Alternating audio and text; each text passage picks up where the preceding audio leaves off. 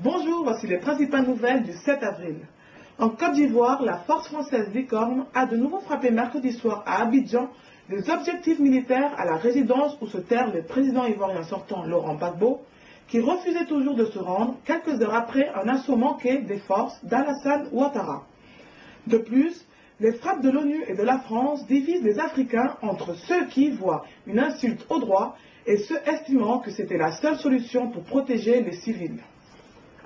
En Libye, les Nations Unies ont appelé mercredi soir à une cessation des hostilités autour de la ville libyenne de Misrata pour que de l'aide puisse parvenir aux blessés et que la population, que l'OTAN a promis de protéger, puisse fuir les combats entre les rebelles et les forces du colonel Kadhafi.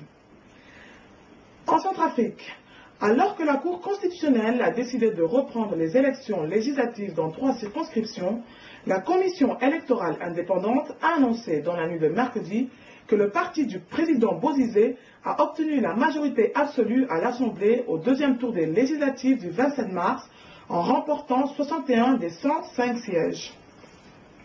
En Tunisie, l'Italie a décidé d'accorder des permis de séjour provisoires aux immigrants tunisiens arrivés sur son sol, conformément à un accord signé entre les 2 pays.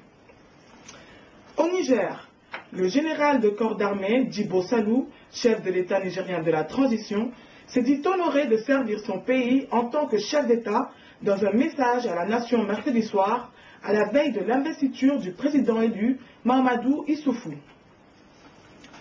Le Cameroun et le Nigeria sont déterminés à sécuriser leurs frontières communes par des actions conjointes pouvant consister à des patrouilles mixtes ou simultanées. Au Sénégal, un homme s'est immolé par le feu mercredi soir à Rufisque et est décédé sur place sans qu'on puisse immédiatement connaître son identité et ses motivations. C'est le 3e décès des suites d'immolation depuis février.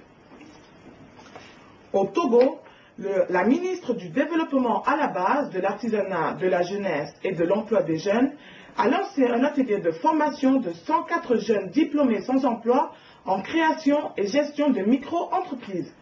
Afrique Info vous souhaite une très bonne journée. Rendez-vous demain pour l'actualité en 1 minute.